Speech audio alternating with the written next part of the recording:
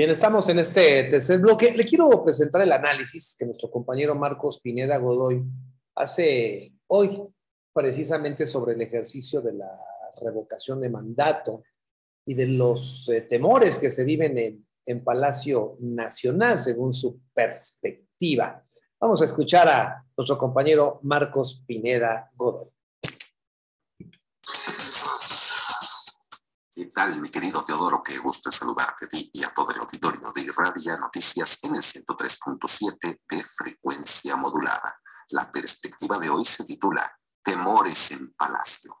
Fueron muchos años de lucha, de elevados costos en todos los sentidos, contra el presidencialismo autoritario del PRI, para que pudieran construirse instituciones y establecerse reglas que pusieran freno y límites al abuso del poder del Estado, que entonces operaba a favor de una élite política. Las demandas provenían principalmente de las izquierdas, conscientes de que los gobiernos utilizaban todos los recursos a su disposición para mantener en franca desventaja a cualquier tipo de oposición al régimen. La competencia política era mucho más que inequitativa, estaba controlada desde las altas esferas del poder. Mientras las instituciones y las reglas no cambiaran, la transición a la democracia sería solamente una aspiración de los demócratas, que eran acusados de reaccionarios, de ir contra la Revolución Mexicana, o de comunistas, de rojillos que pretendían permitir la injerencia de intereses e ideologías ajenas al nacionalismo revolucionario que simbolizaba el PRI. Desde los años 60 del siglo pasado, la situación se hizo cada vez más aguda y ya en los 80 se volvió completamente insostenible para el régimen autoritario de partido hegemónico. Las reformas electorales fueron permitiendo cada vez más la participación plural y el respeto a la voluntad popular expresada en las urnas. La creación de un organismo que cada vez logró más independencia del gobierno, responsable de organizar los procesos electorales, fue un avance importante. Se fijaron las reglas para que los gobiernos ya no pudieran influir con descaro en los procesos electorales. Se pusieron límites a la propaganda gubernamental y a la promoción personal de los partidos políticos. Todo ello fue producto de la lucha y de las propuestas de los partidos opositores y de las organizaciones de la sociedad civil, que terminaron siendo aprobadas en el Congreso de la Unión.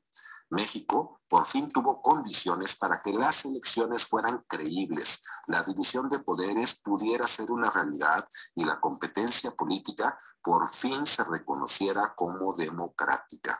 En ese escenario es que llegó Andrés Manuel López Obrador a la presidencia con su partido político, Morena. Hoy, AMLO y Morena quieren echar para atrás todos esos logros. Sintiéndose la encarnación de la patria y del pueblo, desafían el cumplimiento de las leyes y solo aceptan lo que a ellos beneficia. En nombre de la libertad de expresión y de la defensa de los pobres, descalifican a las instituciones y las reglas que ellos mismos propusieron y aprobaron, porque ahora ya no les convienen. Se acerca el proceso de revocación de mandato y todo el aparato del Estado ha sido puesto al servicio de la causa de AMLO y de su promoción personal, de culto a ciegas a su liderazgo mesiánico, sin valorar lo que en realidad está sucediendo en el país. Ni la inflación, ni la violencia, ni la persecución y ataques diarios desde las mañaneras a quien sea que tenga una opinión diferente a la oficial, sin que nada más importe que el mismísimo Andrés Manuel. Ojalá que la gente sí salga a votar el próximo 10 de abril, pero no solo los morenistas que van a ir de acarreados como borregos o por intereses personales o ideológicos, sino que los más posibles salgan y voten para que veamos hasta dónde de verdad la gente quiere o no que se vaya AMLO. Y para iniciados, llegaron las nuevas encuestas a Palacio Nacional. Ayer, caras de preocupación de varios por los entre 5 y 6 puntos que sigue bajando la aprobación del presidente. Temen decirle que sus desplantes no vienen bien a su imagen, ni dentro ni fuera del país. Ya hasta la estrategia de disuasión para evitar que haya mucha participación en la revocación de mandato parece estar haciendo agua. Los temores crecen en Palacio.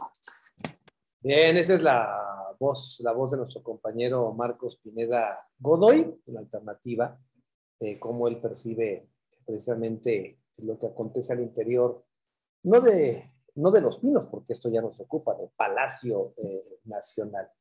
Son las visiones distintas, siempre hemos presentado nosotros estas alternativas precisamente con el ánimo de generar dentro de todo la imparcialidad. Vamos a escuchar a nuestro compañero Amador González de la Cruz. Garantizar protección a periodistas en Tamaulipas ante el incremento de la violencia contra periodistas. El Congreso del Estado exhortó a instalación del gobierno estatal a la Comisión de Derechos Humanos para que garantice la creación de protocolos y manuales de protección hacia los comunicadores. La propuesta del grupo parlamentario de Morena, el Pleno Legislativo aprobó una iniciativa de punto de acuerdo con el llamado en ese sentido a la Secretaría General de Gobierno, a la Fiscalía General de Justicia, Secretaría de Seguridad Pública y la Comisión de Derechos Humanos. Esto, pues bueno, qué bueno que se esté dando, aunque de forma personal veo ya tienen un protocolo en alguna cuestión de agravios a comunicadores, donde tu servidor, bueno, constató a un compañero, le dio la atención y miró la coordinación en cuanto a la cuestión del municipio, estado, con las fuerzas de seguridad para poder evitar a los comunicadores, pues, un protocolo a seguir y el beneficio del crédito. Fíjese, este tema que usted sabe, nos hemos estado, nos involucramos desde hace muchos años en la labor gremial y la conocemos.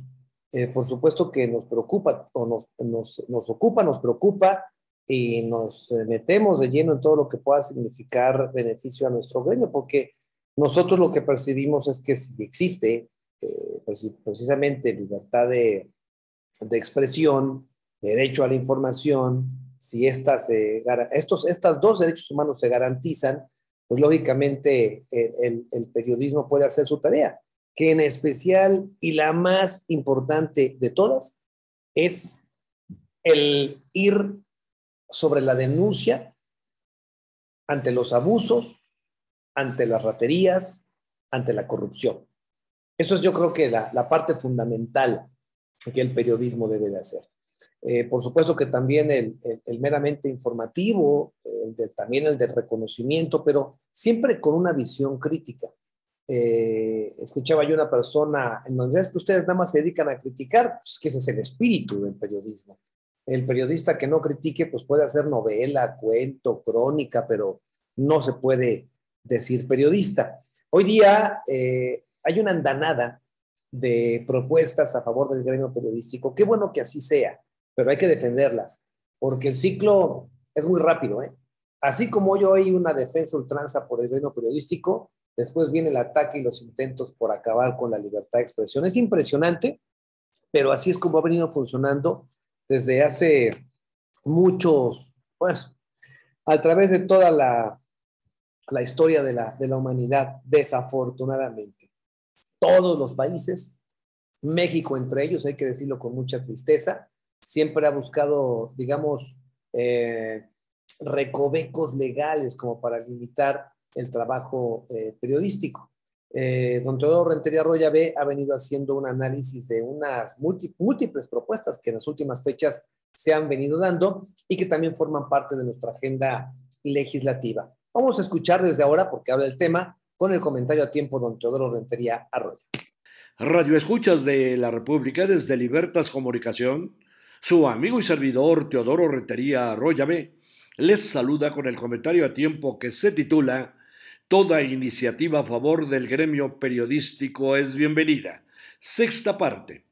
La resolución del Parlamento Europeo que condena las amenazas, el acoso y el asesinato de periodistas y defensores de los derechos humanos en México, y su indicación que se investiguen dichos delitos de manera rápida, exhaustiva, independiente e imparcial, es verdaderamente injerencista y cae por su propio peso, puesto que después de decir una verdad en la que hemos insistido desde hace más de 3 lustros, de que México se ha convertido en el país más peligroso y mortífero para los periodistas fuera de una zona de guerra, los eurodiputados caen en la mentira al afirmar que la situación de violencia en México se recrudeció desde las últimas elecciones federales en 2018, cuando AMLO se convirtió en presidente de la República y la cuarta transformación comenzó a gobernar.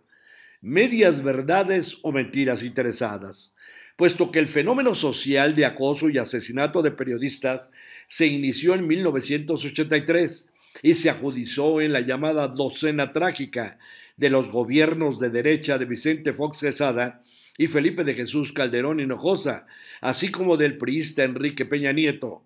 235 asesinatos en 18 años, como lo tiene registrado y documentado el gremio periodístico organizado.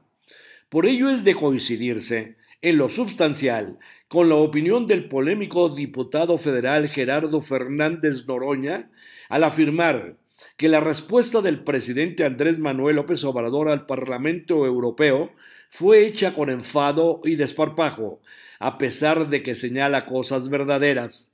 Aseguró que dicho planteamiento de llamarlos borregos se va a lo anecdótico, pierde fuerza y no podía fallar su chascarrillo. Nuestro compañero presidente es un chingón. Eso no quita que en algún momento pueda equivocarse, remató.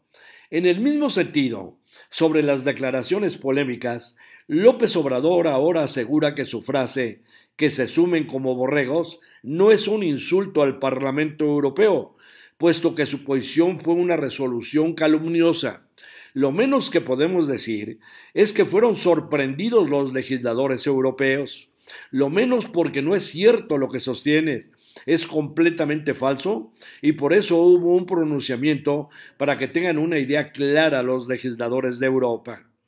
Dentro de ese contexto, los 18 gobernadores del Movimiento de Regeneración Nacional Morena y partidos aliados, en total 21, también califican la resolución de los diputados europeos de intervencionista, desinformada y que lesiona severamente la dignidad nacional. En el texto, los mandatarios estatales dijeron no sorprenderse de que en el viejo continente aún persista en la obsesión por intervenir en asuntos de otros y reprocharon que las personas que emitieron la resolución no se pronunciaron por los fraudes electorales de 2006 o 2012 que afectaron al movimiento y al ahora presidente López Obrador. Recordaron que en esa misma sesión el eurodiputado español Francisco Millán, del derechista Partido Popular, afirmó que en México no hay seguridad jurídica para las empresas. Esta carencia la sufren, por ejemplo, los inversionistas extranjeros en el sector energético, entre ellas las empresas europeas. Por ello mismo, los gobernadores estatales señalaron que la verdadera intención de los eurodiputados es proteger a las empresas energéticas europeas en el contexto de la reforma eléctrica. Finalmente, es de destacar la carta conciliadora que ha enviado a Roberta Metsola, presidenta del Parlamento Europeo, el senador Ricardo Monreal Ávila, en la que solicita un encuentro de alto nivel. En efecto, el presidente de la Junta de Coordinación Política de la Cámara Alta señaló que en el marco de la diplomacia parlamentaria le expresé nuestro desacuerdo con su resolución sobre México y le propongo una reunión de alto nivel para dialogar y resolver las diferencias.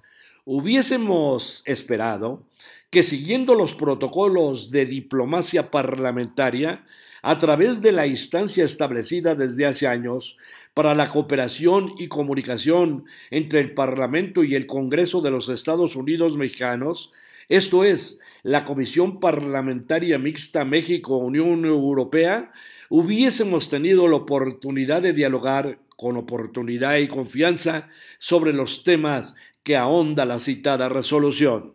Y lo sustancial de su declaración se resume en estas frases: estoy consciente de los enormes retos que mi país enfrenta en materia de seguridad pública y de las acciones que debemos emprender para frenar la violencia criminal en contra de periodistas, defensores de derechos humanos y de otros activistas de causas sociales.